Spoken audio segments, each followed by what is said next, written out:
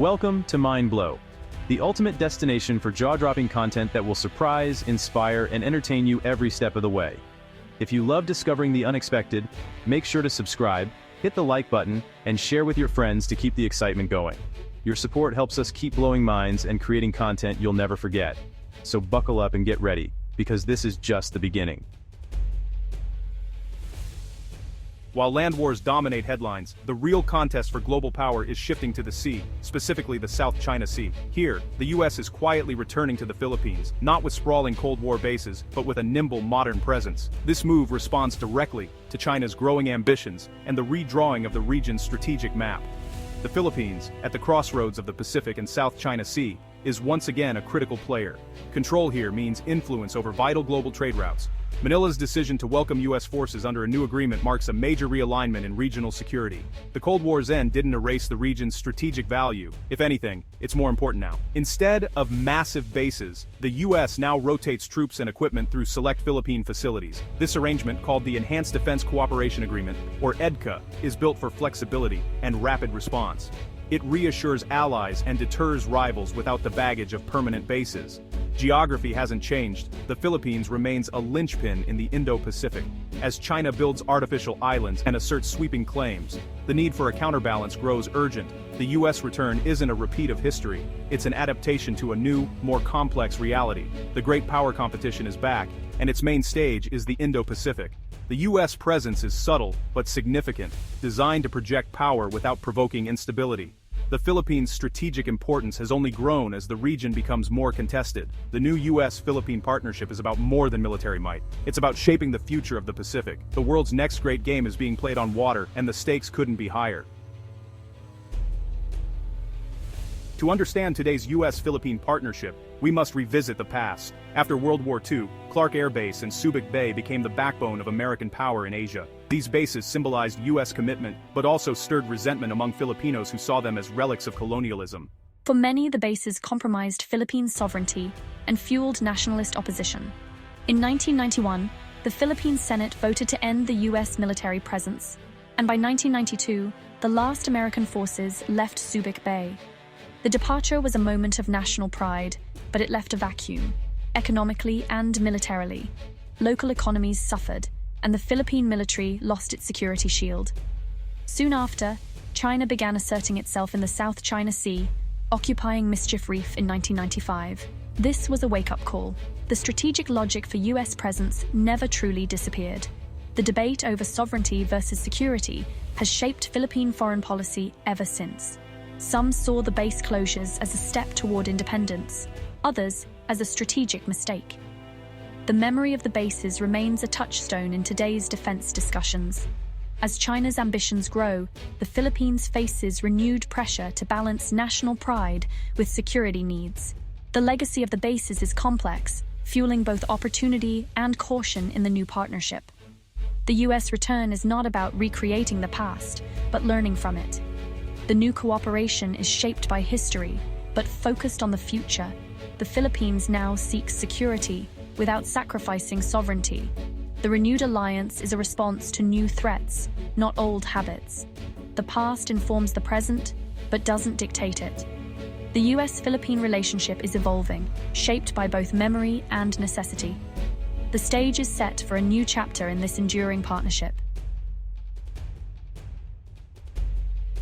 The Enhanced Defense Cooperation Agreement, or EDCA, is not a return to old-style U.S. bases. Signed in 2014, EDCA allows U.S. forces to access specific areas within Philippine military bases. No ownership, no permanent control. EDCA is a blueprint for modern, flexible, and politically sensitive cooperation. Its goals: improve joint military effectiveness, modernize the Philippine Armed Forces, and enable rapid disaster response. U.S. training and equipment upgrades help the Philippines defend its territory. Pre-positioned U.S. assets also speed up humanitarian aid after typhoons or earthquakes. All new facilities and improvements remain Philippine property. The U.S. has access, not ownership. This places not bases model fits the realities of today's Indo-Pacific. It provides a forward presence without the friction of permanent bases. The agreement's implementation has faced political debate, but strategic urgency keeps it moving forward. In 2023, EDCA expanded to 9 sites, many near Taiwan and the South China Sea. This is no accident, it's about countering threats and upholding regional stability. The new sites signal a clear focus, deterring aggression and supporting allies. EDCA is designed for flexibility, speed, and respect for Philippine sovereignty. It's a modern answer to old dilemmas, projecting power without provoking backlash. The agreement is a cornerstone of the U.S.-Philippine alliance in a changing region. EDCA's success depends on cooperation, trust, and shared interests. It's a model for 21st century security partnerships. The U.S. and Philippines are building a new kind of alliance, one that meets today's challenges head-on. China views the U.S. return to the Philippines as a direct threat to its ambitions. Beijing sees EDCA as part of a broader U.S. strategy to contain China, especially with new sites near Taiwan. Chinese officials warn that increased U.S. presence will escalate tensions and risk dragging the Philippines into a great power conflict. China's strategy in the South China Sea, building islands, deploying ships, asserting sweeping claims, is now directly challenged by a stronger U.S.-Philippine alliance.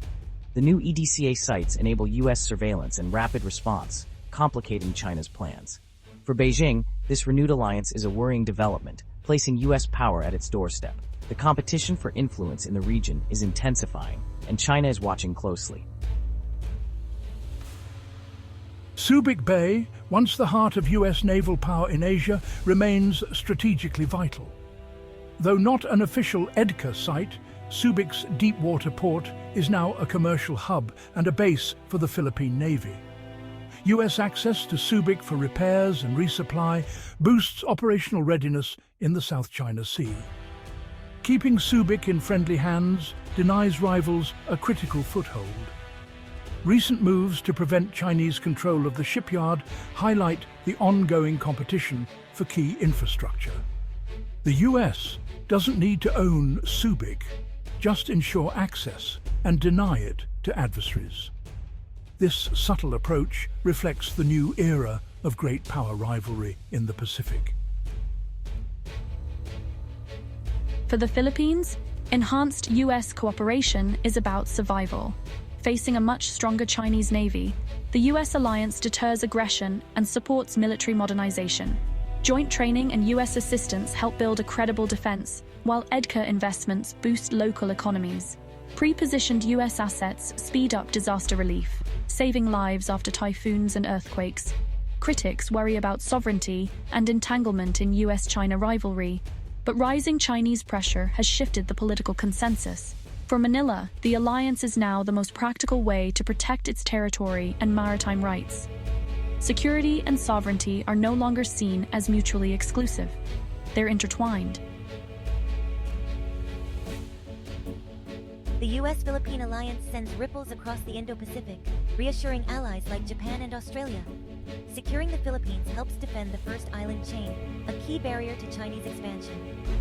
Japan and Australia are deepening ties with Manila, while Southeast Asian nations watch closely. The Philippines' pivot toward the U.S. may embolden others to resist Chinese pressure, but also raises fears of regional escalation. The chessboard is being reset, not a return to the Cold War, but a new era of alliances and competition. The future depends on the resolve of the U.S., its allies, and their ability to deter conflict without provoking it. The South China Sea remains the central arena for this 21st century great game. The stakes, a free and open Indo-Pacific for years to come.